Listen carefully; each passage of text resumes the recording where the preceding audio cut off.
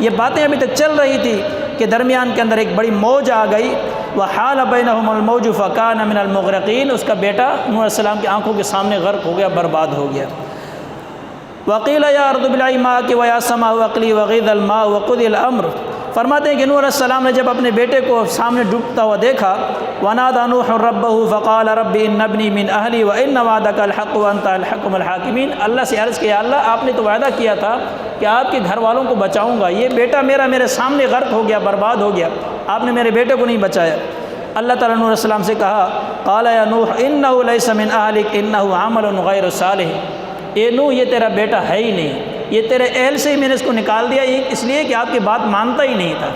تو اس سے پتہ چلا کہ جو نبی کے طریقے پر نہ ہو وہ گھر والوں سے ہی الگ ہو جاتا ہے، اور جو آپ علیہ الصلوۃ والسلام کے طریقے پر نہ ہو آپ علیہ الصلوۃ والسلام کی گویا امت میں ہی نہیں ہے۔ تو اس لیے فرمایا کہ جو بات مانتا ہے اس کی اللہ کے نظر میں قدر و قیمت ہوتی ہے۔ تو یہ نوح علیہ السلام کا قصہ بڑی تفصیل کے ساتھ یہاں ذکر کیا گیا ہے۔ فرماتے ہیں کہ 150 دن کے بعد یہ کشتی جو ہے جا کر جودی پہاڑ پر جا کے اتر گئی، پھر آہستہ آہستہ پانی خشک ہوا، پھر نوح علیہ السلام اس کشتی سے باہر نکلے، اور اس کے بعد جتنے لوگ تھے انسان تھے اس کے بعد پھر دوبارہ انسانوں کی نسل بھی چلی اور حیوانوں کی، پرند چرند کی، سب کی نسل چلی۔ اس لیے حضرت نوح علیہ السلام کو آدم ثانی بھی کہا جاتا ہے کہ سوائے کشتی والے کے اور کوئی نہیں بچا تھا دنیا کے اندر۔ اس کے بعد جو نوح علیہ السلام کے جو ماننے والے بیٹے تھے ان میں سے جو ہے پھر پوری انسانیت کی نسل چلی۔ وَإِلَىٰ عَادٍ أَخَاهُمْ هُودًا، یہاں سے حضرت ہود علیہ السلام اس کی قوم کا ذکر ہے۔ وَإِلَىٰ ثَمُودَ أَخَاهُمْ صَالِحًا، یہاں سے صالح علیہ السلام کی قوم کا ذکر ہے۔ وَقَالُوا لَا تَخَفْ إِنَّا أُرْسِلْنَا إِلَىٰ قَوْمِ لُوط، یہاں سے لوط علیہ السلام کی قوم کا ذکر ہے۔ وَإِلَىٰ مَدْيَنَ أَخَاهُمْ شُعَيْبًا، یہاں سے شعیب علیہ السلام کی قوم کا ذکر ہے۔ اور اس کے بعد وَلَقَدْ أَرْسَلْنَا مُوسَىٰ بِآيَاتِنَا وَسُلْطَانٍ مُّبِينٍ، یہاں سے موسیٰ علیہ السلام اس کی قوم کا ذکر ہے۔ ان قصص کو بیان کرنے کے بعد فرمایا کہ یہ پرانی بستیوں کے کچھ حالات ہیں جو ہم آپ کو بیان کرتے ہیں، سناتے ہیں۔ بعض بستیں ایسی ہیں جن کے ابھی بھی نشان باقی ہیں، اور بعض بستیں ایسی ہیں جو بالکل مٹ چکی ہیں۔ آج بھی ان مقامات پر جاؤ تو کچھ وہ نشانات اب بھی باقی ہیں ان بستیوں کے جن کو اللہ نے ہلاک و برباد کیا تھا۔ ان میں سے اللہ تعالیٰ نے مختلف عذابات دیے تھے لوگوں کو، کسی کو ہوا کے ذریعے سے اللہ تعالیٰ نے برباد کیا، کسی کو فرشتے نے چیخ مار کر ہلاک کر دیا، کسی کو پوری بستی اٹھا کر فرشتوں نے الٹ پٹک دیا، کسی کو پر آگ اور انگارے برسے آسمان سے۔ اس طرح کے عذابات دے کر اللہ تعالیٰ نے ان بستی والوں کو برباد کر دیا۔ ہمارے لیے اس میں کیا عبرت ہے کہ بھئی جتنے گناہ انہوں نے کیے تھے شاید ہم بھی سارے ان گناہوں کے اندر مبتلا ہیں، لیکن آج پھر بھی ہم اللہ کے عذاب سے بچے ہوئے ہیں، اجتماعی عذاب ہم پر نہیں آ رہا ہے۔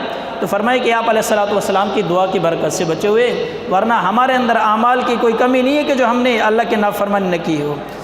آگے سورۃ یوسف شروع ہوتے، سورہ یوسف ترتیب میں 12ویں نمبر پر، نزول کے اعتبار سے 53 نمبر پر۔ سورہ یوسف مکی صورت ہے، چونکہ اس صورت میں حضرت یوسف علیہ السلام کا قصہ ذکر کیا گیا ہے، اسی مناسبت سے اس صورت کو سورہ یوسف کہا جاتا ہے۔ قرآن کریم میں دوسرے انبیاء کرام کے واقعات میں تکرار پایا جاتا ہے، لیکن یہ تکرار کھٹکتا نہیں ہے، ہر جگہ نئے الفاظ، نئی تعبیر، کوئی نہ کوئی نیا سبق، نئی عبرت، نئی نصیحت مل جاتی ہے۔ لیکن حضرت یوسف علیہ السلام کے واقعے میں تکرار نہیں ہے، یہ واقعہ اول سے آخر تک پورے کا پورا سورہ یوسف میں مذکور ہے۔ دوسرے صورتوں میں یوسف علیہ السلام کا نام آیا ہے لیکن قصہ نہیں آیا۔ اہل علم نے کہا ہے کہ مخالفین نہ تو قرآن کے مقرر قصوں کا مقابلہ کر سکتے ہیں اور نہ ہی غیر مقرر قصوں کا مقابلہ۔ اس صورت کا شان نزول یہ ہے کہ یہودیوں کا ایک وفد آپ علیہ الصلوۃ والسلام کے پاس آئے۔ یہودی جو تھے نا آپ علیہ الصلوۃ والسلام سے سوال جواب کرتے رہتے تھے، لہٰذا کہتے تھے کہ ہم دیکھتے ہیں اگر صحیح جواب دیتا ہے تو پھر ہم سمجھ جائیں کہ یہ سچا نبی ہے، اگر صحیح جواب نہیں دے رہا ہے تو نعوذ باللہ پھر ہم سمجھ جاتے کہ سچا نبی نہیں ہے۔ ایک وفد آیا اور آپ علیہ الصلوۃ والسلام سے کہنے لگا ہمیں ایک بات بتاؤ، ایک بات کا جواب دو کہ بنی اسرائیل تو جو حضرت یعقوب علیہ السلام کی اولاد تھی یہ تو فلسطین میں رہتے تھے، شام کے اندر ان کا مسکن تھا، یہ مصر کیسے چلے گئے تھے، یہ بتاؤ ہمیں بھی۔ اب علیہ الصلوۃ والسلام نے سوال کیا، اللہ تعالیٰ نے ان کے جواب کے اندر پوری سورہ یوسف نازل کر دی، بڑی تفصیل کے ساتھ حضرت یعقوب علیہ السلام، ان کی اولاد کا قصہ، یوسف علیہ السلام کا پورا قصہ، اور پھر جو قحط پڑ گئی، یوسف علیہ السلام نے بھائیوں کو بلا دیا تھا، یعقوب علیہ السلام کو وہاں پر بلایا تھا، یہ سارا پورا قصہ تفصیل کے ساتھ جو اللہ تعالیٰ نے سورہ یوسف کے اندر بیان کر دیا۔ ابھی چاہیے تھا ان لوگوں کو کہ اب ان پر حقیقت کھل گئی، اب بھی اللہ کے نبی کو مان لیتے، لیکن تعصب کے عینک انہوں نے پھر بھی نہیں اتاری، آپ علیہ الصلوۃ والسلام کو مانا پھر بھی نہیں۔ حضرت یوسف علیہ السلام کا قصہ مختصر میں عرض کر دوں۔ حضرت یوسف علیہ السلام کے والد حضرت یعقوب علیہ السلام، ان کی 2 بیویاں تھیں۔ ایک بیوی سے 2 بیٹے حضرت یوسف اور حضرت بنیامین تھے، دوسری بیوی سے 10 بیٹے تھے، جن میں بڑا بیٹا جو تھا اس کا نام تھا ہودا۔ یہ یہودی جو کہتے ہیں یہودی، اس کی طرف نسبت ہے، یہودی ہودا کی طرف۔ فرماتے ہیں کہ حضرت یوسف علیہ السلام بچپن ہی سے بڑے خوبصورت تھے، بہت زیادہ خوبصورت۔ ایک بات یاد رکھیے، نبی ہمیشہ خوبصورت ہی ہوتا ہے، نبی ہمیشہ کامل ہوتا ہے، ظاہری طور پر بھی باطنی طور پر نبی کامل ہوتا ہے، نبی کے اندر کوئی کمی کوتاہی اللہ نہیں چھوڑتا ہے۔ اگر آپ یہ نقطہ بھی یاد رکھیں گے نا، انشاءاللہ آپ گمراہی سے بچ سکتے ہیں۔ نبی خوبصورت ہوتا ہے، اگر اس بات کو یاد رکھیں گے نا تو یہ مرزا دجال قادیانی جو نبوت کا دعویٰ کر رہا ہے نا، آپ اس کی شکل دے کر پہچان جائیں گے کہ نبی نہیں ہے۔ کیوں نہیں ہے؟ یہ کانا ہے، ایک اس کی آنکھ ہے نہیں، اور جو آخر میں دجال آئے گا نا جو نبوت کا دعویٰ کرے گا وہ بھی کانا ہوگا۔ صرف اس بات کو دیکھ کر بھی آپ پہچان سکتے ہیں کہ یہ نبی نہیں ہو سکتا۔ تو یوسف علیہ السلام بچپن ہی کے اندر بڑے ہی خوبصورت تھے، اور چونکہ نبی بھی بننے والے تھے، حضرت یعقوب علیہ السلام بھی خود نبی تھے، تو حضرت یعقوب علیہ السلام اس سے بڑی محبت کرتے تھے، بہت زیادہ محبت کرتے تھے۔ باقی جو 10 بھائی تھے ان کو تعصب ہو گیا، حسد ہو گیا کہ ہمارا ابا جو ہے ہم سے محبت کرتا نہیں ہے، یوسف سے بڑی محبت کرتا ہے۔ انہوں نے آپس میں میٹنگ مشورہ کیا کہ کیا کیا جائے، ابا کو جو ہے اپنی طرف کیسے توجہ دلائی جائے کہ ہم بھی آپ کے بیٹے ہیں، ہم سے محبت زیادہ کرو۔ فرماتے ہیں کہ بچپن ہی کے اندر حضرت یوسف علیہ السلام نے ایک خواب دیکھا۔ خواب یہ دیکھا کہ میں رات کو خواب دیکھا، یہ دیکھتا ہوں کہ سورج، چاند اور 11 ستارے مجھے سجدہ کر رہے ہیں۔ حضرت یوسف علیہ السلام نے جب اپنے ابا سے بیان کر دیا کہ رات کو میں نے خواب دیکھا ہے، تو جو کہ حضرت یعقوب علیہ السلام بھی نبی تھے، اس خواب سے واقف تھے، اس کی تعبیر سے، تو اس کو سختی سے منع کیا کہ یہ خواب اپنے بھائیوں کے سامنے بیان نہیں کرنا، کیونکہ اپنے آپ کے بھائی آپ سے حسد کرنے لگ جائیں گے، کیونکہ یعقوب علیہ السلام جانتے تھے کہ یہ نبوت کی طرف اشارہ ہے، اللہ تعالیٰ اس کو نبی بنائیں گے۔ بہرحال اللہ کا کرنا یہ ہوا، اس کے خواب کی تعبیر پھر آخر میں آ جائے گی، آپ صرف ذہن میں رکھنا۔ پھر ان بھائیوں نے تعصب کیا اور آپس میں میٹنگ مشورہ کیا کہ کسی طرح سے یوسف علیہ السلام کو راستے سے ہی ہٹا دیتے ہیں، یہ آسان طریقہ ہے۔ اپنے ابا سے کہنے لگے، ابا جان ہم دن کو جاتے ہیں بکریاں بھیڑ چرانے کے لیے جنگل کے اندر، ہم کھیلتے کودتے ہیں، یوسف علیہ السلام ہمارا بھائی ہے، ہمیں ترس آتا ہے کہ سارا دن گھر میں بیٹھا رہتا ہے، اس کو بھی ہمارے ساتھ بھیج دو، یہ بھی ہمارے ساتھ چلا جائے گا، گھوم پھر کر آ جائے گا۔ حضرت یعقوب علیہ السلام نے کہا کہ بات یہ ہے آپ کے ساتھ تو بھیج دوں، لیکن مجھے کہیں خطرہ ہے کہ کہیں آپ اپنے کاموں میں مشغول نہ ہو جاؤ، یوسف علیہ السلام چھوٹا بچہ ہے، کہیں اس کو کوئی بھیڑیا نہ کھا جائے۔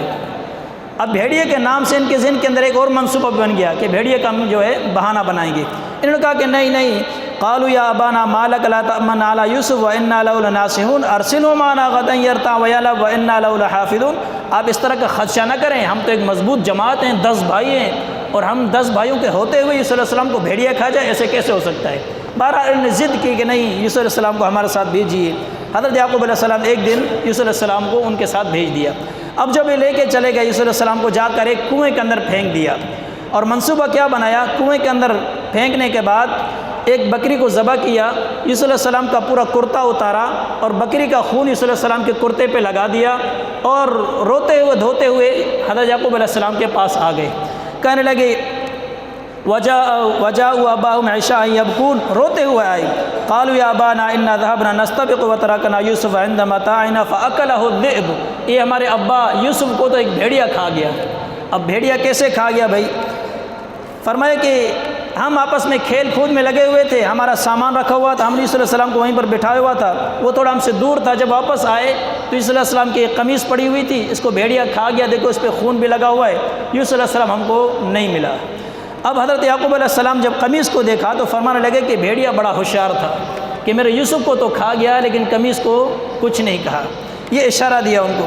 بہرحال حضرت یعقوب علیہ السلام نے کہا کہ فصبر جمیل واللہ المستعان علی ما تصفون، میں صبر ہی کر سکتا ہوں اور کیا کر سکتا ہوں، بھیڑیا کھا گیا تو اللہ کا حکم ایسا تھا، ہمارے ایسی تھا۔ بہرحال اب انہوں نے جو ہے اس کنویں پر نگرانی شروع کر دی کہ یہ دیکھتے ہیں کہ یہ نکلتا ہے، کوئی اس کو نکالتا بھی کنویں سے یا نہیں نکالتا ہے۔ روایت مختلف ہے کہ کتنا عرصہ پڑا رہا۔ ایک دن وہاں پر ایک قافلہ وہاں سے گزر رہا تھا، وہ پانی لینے کے لیے اس کنویں پر ٹھہرے، جیسے وہ قافلہ ٹھہرا انہوں نے اپنا ڈھول جیسے پانی کے لیے نیچے پھینکا، دیکھا تو نیچے خوبصورت بچہ بیٹھا ہوا ہے۔ حضرت یوسف علیہ السلام کو کہا کہ اس ڈھول میں بیٹھ جائے، رسی کے ذریعے سے ان کو نکالا، اور نکالنے کے بعد کہنے لگے قالوا یا بشرا ھذا غلام، واہ واہ واہ کیا خوبصورت بچہ مل گیا ہم کو۔ اب ان قافلے والوں نے جیسے اپنے ساتھ اٹھا لیا، انہوں نے سمجھا مل گیا ہمیں، یہ پیچھے سے انہوں نے دوڑ لگا اس قافلے کی، آگے جا کر ان سے کہنے لگے یہ جو بچہ تم لے کے جا رہے ہو نا یہ ہمارا غلام ہے، یہ ہمارا غلام ہے لیکن ہم سے بھاگ گیا ہے، ہم اس کو اپنے پاس نہیں رکھیں گے، ایسے کرو اس کے کچھ ہمیں رقم دے دو اور اس کو تم لے جاؤ۔ اب یوسف علیہ السلام کو گویا کہ بھیج دیا قافلے والوں کے ساتھ، پیسے لے لیے ان کے، پیسے لینے کے بعد یوسف علیہ السلام کو بھیج دیا۔ اب یہ قافلے والے لے کر، چونکہ جیسے آج کل بھیڑ بکریوں کی منڈیاں لگتی ہیں اسی طرح غلام اور لونڈیوں باندیوں کی منڈیاں لگتی تھی۔ مصر کے اندر ایک منڈی لگی ہوئی تھی غلاموں کی، انہوں نے جا کر اس منڈی کے اندر یوسف علیہ السلام کو بھیج دیا۔ وہاں کے عزیز مصر جو تھے ان کی کوئی اولاد نہیں تھی، اس نے جب دیکھا کہ اتنا بڑا خوبصورت بچہ آیا ہوا ہے اور میری کوئی اولاد بھی نہیں ہے، تو اس نے کہا کہ میں اپنے اس کے گھر میں رکھ لوں گا، اس لیے سے عزیز مصر نے اس کو خرید لیا، بہت زیادہ پیسے دے کر خریدا اس کو۔ خریدنے کے بعد عزیز مصر نے جو ہے حضرت یوسف علیہ السلام کو اپنے گھر کے اندر رکھا۔ یوسف علیہ السلام بڑے ہوتے رہے، وَلَمَّا بَلَغَ شُدَّهُ، یہاں تک کہ وہ بلوغ کی حالت کو پہنچ گئے، بڑے ہو گئے، جوان ہو گئے۔ جب بڑے ہو گئے تو یہ عزیز مصر کی جو بیوی تھی زلیخا، وہ اس پر فریفتہ ہو گئی، اس کی نیت خراب ہو گئی۔ ایک دن اس نے کیا کیا کہ یوسف علیہ السلام کو دعوت دی برے کام کی۔ یوسف علیہ السلام نے کہا نہیں، میں اللہ کی پناہ چاہتا ہوں، میں ایسا کام نہیں کر سکتا ہوں۔ ایک تو آپ میری مالکہ ہیں، گویا کہ مالکن کے ساتھ آپ میرے محسن ہیں، اور محسن ماں کی جگہ پر ہوتی ہے، میں آپ کے ساتھ برائی نہیں کر سکتا ہوں۔ تو یہ فریفتہ چونکہ پہلے سے ہو چکی تھی، عشق میں مبتلا ہو چکی تھی، تو انہوں نے ایک دن یہ منصوبہ بنایا کہ 7 کمروں کے اندر اس کو بند کر دیا، 1 کمرہ 2 کمرہ 3 کمرہ، سب کو تالا لگا کر یوسف علیہ السلام کو 7 کمروں کے پیچھے لے گئے۔ وہاں جا کر پھر بڑی شدت کے ساتھ یوسف علیہ السلام کو جو ہے برائی کی دعوت دی۔ تو قرآن کہتا ہے وَلَقَدْ هَمَّتْ بِهِ وَهَمَّ بِهَا لَوْلَا أَن رَأَىٰ بُرْهَانَ رَبِّهِ، کہتے ہیں کہ اس نے ارادہ کر لیا، زلیخا نے برائی کا ارادہ کیا، وَهَمَّ بِهَا، اور یوسف علیہ السلام نے برائی سے بچنے کا ارادہ کر لیا، اللہ کا نام لے کر وہاں سے دوڑ لگائی۔ جیسے ہی دوڑ لگائی کہ اللہ کا نام لے کر جب وہاں سے بھاگے، زلیخا نے پیچھے پکڑنے کی کوشش کی، یوسف علیہ السلام آگے بھاگتے رہے، اور اللہ کا مدد یہ آتی رہی کہ وہ دروازے خود بخود کھلتے رہے، 7 دروازے کھل گئے۔ جب آخری دروازہ آیا یوسف علیہ السلام جا کے باہر یوں گر گئے، زلیخا اس کے پیچھے پیچھے آ رہی تھی، پکڑنے کی کوشش کر رہی تھی، قمیص پیچھے سے پھٹ گئی۔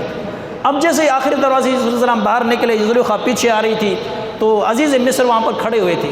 انہوں نے جب ماجرا دیکھا یہ کیا ہے، زلیخا نے ایک دم سے جو یوسف علیہ السلام پر الزام لگا دیا کہ اے عزیز مصر، اے بادشاہ، اس غلام کی، اس انسان کی کیا سزا ہونی چاہیے جو آپ کی عزت پر ہاتھ ڈالے؟ یعنی گویا کہ یوسف علیہ السلام نے آپ کی عزت پر ہاتھ ڈالا، اب اس کو سزا دو جلدی سے، اپنے آپ کو مطلب پاک صاف دکھانے کی کوشش کر رہی تھی۔ تو یوسف علیہ السلام نے کہا نہیں، یہ مجھے جو ہے غلط کام کی دعوت دے رہی تھی، میں نہیں کر رہا تھا۔ اس طرح جب بات ہوئی تو ایک باندی تھی وہاں پر صفائی کرنے آئی ہوئی تھی، جو باندی تھی وہ محل کے اندر، اس کا چھوٹا سا بچہ تھا پنگوڑے کے اندر، چھوٹا بچہ، دودھ پیتا بچہ، کچھ دنوں کا بچہ۔ تو یوسف علیہ السلام نے کہا کہ اس بچے سے پوچھے، یہ بھی میری گواہی دے گا۔ جیسے ہی بولنا تھا اس بچے نے ایک بات کر دی، بڑی عقل مندی والی بات۔ اس نے کیا بات کہی؟ اس نے کہا کہ دیکھو اگر قمیص آگے سے پھٹی ہوئی ہے تو یوسف علیہ السلام جھوٹ بول رہے ہیں، اور اگر قمیص پیچھے سے پھٹی ہوئی ہے تو سمجھ لو کہ زلیخا جھوٹ بول رہی ہے۔ اب فیصلہ خود کر لو۔ بچے نے صرف اتنا اشارہ کر دیا کہ دیکھو آپ، یہ بھی قرآن نے یہاں پر ذکر کیا ہے، وَإِنْ كَانَ قَمِيصُهُ قُدَّ مِنْ قُبُلٍ فَصَدَقَتْ وَهُوَ مِنَ الْكَاذِبِينَ وَإِنْ كَانَ قَمِيصُهُ قُدَّ مِنْ دُبُرٍ فَكَذَبَتْ وَهُوَ مِنَ الصَّادِقِينَ۔ لیکن عزیز مصر نے جب دیکھا تو معاملہ تو الٹا تھا، قصور تو زلیخا تھا، لیکن اپنی عزت کو بچانے کے لیے، اس بات کو چھپانے کے لیے یوسف علیہ السلام کو پھر بھی قصوروار ٹھہرایا اور یوسف علیہ السلام کو جا کر جیل میں ڈال دیا۔ اب جیل میں ڈالنے کے بعد جب لوگوں نے باتیں سنی، اس طرح کی باتیں پھیل گئیں، تو عزیز مصر زلیخا کی جو سہیلیاں تھیں وہ ان کو تانا دینے لگی، زلیخا کو تانا دینے لگی کہ آپ کیسی پاگل ہیں، ایک غلام پر، ایک نوکر پر آپ فریفتہ ہو گئی ہیں، آپ اتنی بڑی ملکہ ہیں، بادشاہ کی بیوی ہیں، اور آپ ایسا کام کرتی ہیں۔ تو انہوں نے کیا کیا، ایک دن سارے سہیلیوں کی دعوت کی، اور دعوت لینے کے بعد دسترخوان کو بٹھایا، سب کو ہاتھ میں پھل فروٹ دیے، اور ان سے کہا کہ یہ کاٹ لو، اور میں یوسف کو یہاں سے بلاؤں گی، سامنے سے گزر جائے گا، صرف آپ اس کو دیکھ لینا بس۔ جب یوسف علیہ السلام کو بلایا، ان کے ہاتھ میں چھریاں دے دی، وہ پھل کاٹ رہے تھے، یوسف علیہ السلام کو کہا کہ یہاں سے صرف گزر جاؤ۔ یوسف علیہ السلام وہاں سے گزر گئے، تو جو جتنی سہیلیاں تھیں یہ سب جو ہے ان کے منہ کھلے کے کھلے رہ گئے، کتنا بڑا خوبصورت۔ وَقُلْنَا حَاشَ لِلَّهِ مَا هَٰذَا بَشَرًا، یہ قول ان سہیلیوں کا ہے، انہوں نے کہا کہ یہ تو انسان نہیں لگتے، یہ تو کوئی فرشتہ ہے، یعنی اتنے بڑے خوبصورت ہیں۔ تو زلیخا تو یہ کہنا چاہ رہی تھی کہ میرا اس میں قصور نہیں، میں جو ہے گویا کہ اپنے قبضے میں اپنے آپ کو باندھ ہی نہیں سکی، روک ہی نہیں سکی، اتنے خوبصورت تھی یوسف علیہ السلام۔ بہرحال یوسف علیہ السلام نے یہاں پر پھر دعا خود کی تھی، قال رب السجن احب الی مما یدعوننی الی، یا اللہ ان عورتوں سے مجھے بچا اگرچہ مجھے جیل جانا پڑے۔ تو صلی اللہ علیہ وسلم چونکہ خود دعا کی تھی، اللہ نے دعا قبول فرمائی، عزیز مصر نے صلی اللہ علیہ وسلم کو جیل میں ڈال دیا۔ کافی عرصے تک جیل میں رہے۔ جیل کے اندر رہتے ہوئے جو قریب قیدی رہتے تھے، انہوں نے 2 قیدیوں نے خواب دیکھا۔ ایک خواب یہ دیکھتے ہیں کہ میرے سر کے اوپر روٹیوں کو ٹوکرا ہے اور وہاں سے پرندے آ کر نوچ نوچ کر کھا رہے ہیں۔ دوسرے قیدی نے ایک خواب دیکھا کہ میرے ہاتھ کے اندر انگور ہیں، اس سے میں شراب نکالتا ہوں، اپنے بادشاہ کو پلاتا ہوں۔ یوسف علیہ السلام نے دونوں کو جو ہے تعبیر بتا دی کہ تم کو پھانسی آ جائے گی اور تم جو آزاد ہو جاؤ گی۔ اب اللہ کا کرنا یہ ہوا جیسے ہی یوسف علیہ السلام نے کہا تھا ایسے ہی ہوا، ایک کو پھانسی آ گئی، ایک آزاد ہو گیا۔ اور جس نے یہ دیکھا تھا کہ میں شراب پلا رہا ہوں، وہ دوبارہ شراب پہ جو ہے اپنی ڈیوٹی پہ آ گیا، اب بادشاہ کو شراب پلا رہا تھا۔ تو اس بادشاہ نے جو ہے عزیز مصر نے خواب دیکھا۔ اب خواب کیا دیکھا کہ 7 موٹی تازی گائیں ہیں اور وہ دبلی پتلی گایوں کو کھا جاتی ہیں، اس طرح کا خواب دیکھا۔ اب جب اس نے خواب دیکھا تو بڑے حیران ہوئے کہ اس کی تعبیر معلوم کرو، ادھر ادھر دوڑے، ادھر ادھر جتنے بھی تعبیر بتانے والے سب سے تعبیر معلوم کیا، دل مطمئن نہیں ہوا۔ لیکن وہ جو شراب پلانے والا تھا اس کے دل کے اندر خیال آگا کہ ایک جیل کے اندر بندہ بھی ہے جو خوابوں کی تعبیر بتاتا ہے، سچ بتاتا ہے۔ اس نے کہا کہ جیل کے ایک اندر بندہ ہے، اس نے جو ہمیں تعبیر بتائی تھی، اس خواب کی تعبیر وہی سچی بتا سکتا ہے۔ یوسف علیہ السلام کے پاس ان کو بھیج دیا، اس نے آ کر اس طرح کا خواب بتایا۔ یوسف علیہ السلام اس کو تعبیر بتا دی۔ اس کا تعبیر یہ ہے کہ 7 سال تمہارے بادشاہت کے اندر بڑے سرسبز و شاداب باغات ہوں گے، بارشیں برسیں گی، بڑی برکتیں ہوں گی، لیکن 7 سال جو آگے آنے والے ہوں گے وہ نہایت زیادہ قحط کے ہوں گے۔ اس کی مثال یہ ہے، اس کی تعبیر یہ ہے۔ اب جا کر اس نوکر نے جو اپنے بادشاہ کو بتایا تو بادشاہ اس بات سے بڑا خوش ہوا اور ان سے کہا کہ اس قیدی کو نکال دو، آزاد کر دو وہاں سے۔ اور آزاد کرنے کے بعد یوسف علیہ السلام کو یہاں تک کہ خزانے کا وزیر بھی بنا دیا کہ آپ اس کو اچھی طرح سمجھتے ہیں کہ جو 7 سال ہمارے سرسبز والے ہیں، بارشوں والے ہیں، ان میں جو اناج غلہ آئے گا اس کو اچھی طرح سے اسٹور کر لو، اور جو باقی 7 سال آنے والے قحط والے ہوں گے ان کے اندر تاکہ ہم قحط سے بچ سکیں۔ یہ حضرت یوسف علیہ السلام کو جو انہوں نے وزیر بنا دیا۔ یہاں پر فرماتے ہیں کہ خواب کی 2 قسمیں ہوتے ہیں، ایک شیطانی خواب ہوتا ہے، ایک رحمانی خواب ہوتا ہے، اور دوسرا خواب ہوتا ہے حالات، واقعات، جو دن میں ہم چیز دیکھ رہے ہیں وہی خواب میں دیکھتے ہیں، اس کی کوئی حقیقت نہیں ہوتی، اس کی کوئی تعبیر نہیں ہوتی ہے۔ لیکن 2 خواب، ایک شیطانی ایک رحمانی، ان دونوں کی تعبیر ہوتی ہے۔ فرمائے کہ خواب دیکھنے کے بعد یہ خواب معلق رہتا ہے انسان کے بعد، یہاں تک کہ مرنے تک یہ معلق رہتا ہے، خواب اپنا اثر دکھاتا ہے۔ اب خواب کو فرمائے کہ زائل کرنا چاہیے۔ خواب کو زائل کیسے کرنا چاہیے؟ اس کے 2 طریقے ہیں۔ پہلی بات یہ ہے کہ اگر آپ نے اچھا خواب دیکھا ہے تو کسی نیک صالح سے، اپنے ہمدرد سے اس کی تعبیر پوچھو، وہ جیسے ہی تعبیر بتائے گا وہ اسی طرح ہو جائے گا، اچھی تعبیر نکالے گا تو انشاءاللہ تمہارے لیے اس میں خیر ہی ہوگا۔ اور اگر خدا نخواستہ آپ نے کوئی ڈراؤنا یا برا خواب دیکھا ہے تو اسی وقت جیسے آپ کی آنکھ کھل جائے، الٹے ہاتھ پہ، چونکہ الٹے ہاتھ پہ شیطان ہوتا ہے، 3 مرتبہ تھوک لیں آپ۔ تھوکنے کے بعد اعوذ باللہ من الشیطان الرجیم پڑھ لیں، اس سے یہ اس خواب کی برائی آپ پر نہیں آئے گی، یہ خواب آپ پہ معلق نہیں رہے گا، یہ خواب آپ کا زائل ہو گیا۔ تو یہ طریقہ ہوتا ہے خواب کو زائل کرنے کا۔ بہرحال یوسف علیہ السلام کو جب عزیز مصر نے وہاں کا خزانے کا امیر بنایا تو وہی حالات آ گئے، پہلے جو ہے بڑے سرسبز و شادابی ہوئی، غلہ جمع ہوا، اس کے بعد پھر قحط بھی شروع ہو گیا، پھر قحط کے اندر لوگ دور دراز سے آنے لگے غلہ لینے کے لیے مصر کے اندر۔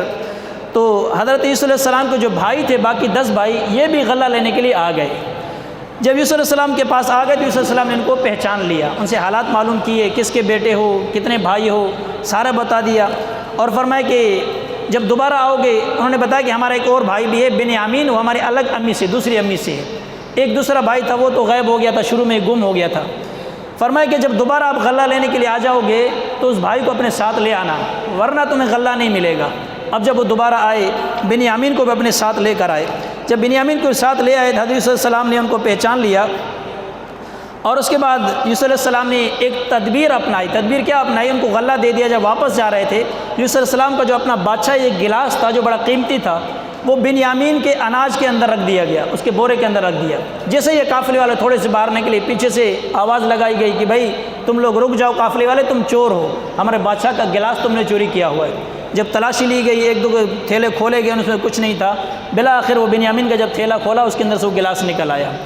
حضرت یوسف علیہ السلام نے کہا کہ بھائی یہ تو تمہارے اندر سے گلاس نکلا، لہٰذا ہم اس کو اپنے پاس رکھیں گے، اس کو سزا دیں گے۔ اب یہ بھائی کہنے لگے بڑی مصیبت ہمارے لیے ہو گئی، یہ چور ہے، قالوا ان یسرق فقد سرق او خلہ من قبل، بے شک یہ بھی چور ہے، اس کا ایک اور بھائی تھا وہ بھی چور تھا. ابھی یوسف علیہ السلام کے بارے میں کہہ رہے ہیں یہ بھی چور ہے، اس سے ان کا ایک بھائی اور تھا وہ بھی چور تھا. تو کہنے لگے کہ بھائی مہربانی کریں آپ اس کو چھوڑ دیں، ہمارا ابو جو اس سے بڑی محبت کرتا ہے، ہم سے وعدے لے کر ان کو چھوڑا تھا ہمارے ساتھ. قالوا یا ایھا العزیز ان له ابا شیخا کبیرا فخذ احدنا مکانا، ہمارا ابو بڑی عمر کا ہے، ضعیف ہے، بوڑھا ہے، بیمار ہے، لہٰذا اس کی وجہ سے اس کو چھوڑ دے. یوسف علیہ السلام نے کہا کہ نہیں ایسا نہیں ہوتا، جس نے چوری کی میں اسی کو ہی رکھوں گا اپنے پاس. بہرحال پھر بھائیوں نے کہا، جب آگے بات چلی تھوڑا سا ان کو شک ہونے لگا کہ یوسف علیہ السلام تو نہیں ہے، تو خود انہوں نے کہا قالوا انک لانت یوسف، کیا کہیں آپ یوسف تو نہیں ہے؟ یوسف علیہ السلام جن سے جو پار پتے تھوڑے سے لیے تو خود کہنے لگے کہ آپ یوسف تو نہیں ہے. یوسف علیہ السلام نے کہا قال انا یوسف وہذا اخی، ہاں میں یوسف ہوں، یہ میرا بھائی ہے. قد من اللہ علینا، اللہ نے ہمیں ملا دیا، ملاقات کروا دی. اب یہ بڑے شرمندہ ہوئے، رونا دھونا کر دیا، ندامت اختیار کی. یوسف علیہ السلام نے ایسے نہیں کہا کہ میں بادشاہ ہوں، اب تو تم میرے ملازم ہو، ان کو پکڑو جیل کے اندر ڈالو. کرتے تو کر سکتے تھے، لیکن نبی کا جگر بڑا ہوتا ہے، نبی کا ظرف بڑا ہوتا ہے، اور قرآن کے اندر واقعہ بیان کرنے کا مقصد یہ ہے کہ بھائی بھائیوں کو معاف کرتے ہیں. تو حضرت یوسف علیہ السلام حالانکہ جان پہ آئے تھے، قتل کرنے کی سازش کی تھی، اتنے ساری مصیبتوں کے باوجود یوسف علیہ السلام نے کیا کہا؟ قال لا تثریب علیکم اليوم یغفر اللہ لکم وهو ارحم الراحمین، آج تمہارے پر کوئی ملامت نہیں ہے، میں اللہ سے تمہارے لیے مغفرت چاہوں گا.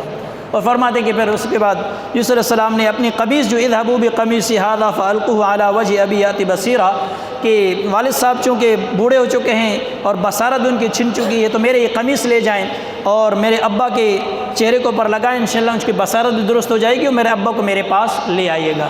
فرماتے جب یہ قمیص لے کر چلے، کئی میل دور تھے، تو حضرت یعقوب علیہ السلام اپنے گھر والوں سے کہنے لگے آج مجھے یوسف کی بو آ رہی ہے. گھر والے کہنے لگے عمر بڑی ہو گئی، شاید ایسے ہی یاد آ رہا ہے یوسف کرتے کرتے اتنا عرصہ گزر گیا ہے. کہا کہ نہیں آج مجھے یوسف کی بو آ رہی ہے. تو بو کون سنگا رہا تھا؟ اللہ ہی سنگا رہا تھا. اللہ جب نبی کو سنگائے تو بو اتنے دور سے بھی آ سکتی ہے. اور ویسے گھر کے قریب یوسف علیہ السلام کئی دن تک کنویں میں پڑے رہے، پتہ ہی نہیں چلا. اس سے پتہ چلتا ہے کہ علم غیب صرف اللہ کے پاس ہے، نبیوں کے پاس بھی علم غیب نہیں ہوتا ہے. ورنہ حضرت یعقوب علیہ السلام جاتے نہیں کنویں سے، نکالتے نہیں اپنے بیٹے کو. اتنا بڑا صدمہ انہوں نے اٹھایا. تو پتہ چلتا ہے کہ علم غیب اللہ کے پاس ہوتا ہے، نبیوں کے پاس بھی نہیں ہوتا ہے. تو بہرحال فرمایا کہ یہ قصہ ہمارے لیے بڑی عبرتناک ہے. فرمایا کہ جامعیت کے اعتبار سے دیکھیں تو اس میں دین بھی ہے، دنیا بھی ہے، توحید بھی ہے، فقہ بھی ہے، سیرت بھی ہے، خوابوں کی تعبیر بھی ہے، سیاست بھی ہے، حکومت بھی ہے، حسن بھی ہے، عشق کی حشر سامانی بھی ہے، زہد بھی ہے، تقویٰ بھی ہے. اس میں انبیاء صلحاء کا تذکرہ بھی ہے، ملائکہ، پرندوں، جن و انس، شیاطین اور بادشاہ تاجر کے حالات بھی ہیں. پھر اس میں گمنامی بھی ہے اور شہرت بھی ہے، عزت بھی ہے اور ذلت بھی ہے. اس میں بڑی خوبی قصے میں یہ ہے کہ اس قصے کے ضمن میں رسول اللہ صلی اللہ علیہ وسلم کے مخالفین کے حال مستقبل کا پورا نقشہ کھینچ دیا گیا ہے. جیسے یوسف علیہ السلام سے اپنے بھائیوں نے حسد کیا تھا، اسی طرح آپ علیہ الصلوۃ والسلام سے بھی قریشی بھائیوں نے حسد کیا تھا، یہاں تک کہ آپ علیہ الصلوۃ والسلام کے قتل کے منصوبے انہوں نے بنائے تھے. اس قصے میں حضرت یوسف علیہ السلام کے بہت ساری نصیحتیں پائی جاتی ہیں. فرمائے کہ بعض اوقات مصیبت نعمت اور راحت تک پہنچنے کا ذریعہ ہو جاتی ہے. ہم تو سمجھ لیں کہ تھوڑی سی مصیبت آ گئی تو آہو بکا کرنا شروع کر دیتے ہیں. فرمائے کہ اللہ ہی جانتا ہے اس میں اندر کیا حکمت ہے. کبھی کبھی انسان کو صبر بھی کرنا چاہیے. اور فرمائے کہ حسد انتہائی خوفناک بیماری ہے، یہاں تک کہ سگے بھائیوں میں بھی پائی جاتی ہے. اس لیے فرمائے حسد سے ہمیشہ پناہ مانگا کرو. اور فرمائے کہ عفت اور پاک دامنی بھلائیوں کا سرچشمہ ہے. مرد اور عورت میں اختلاط فتنے سے خالی نہیں ہے.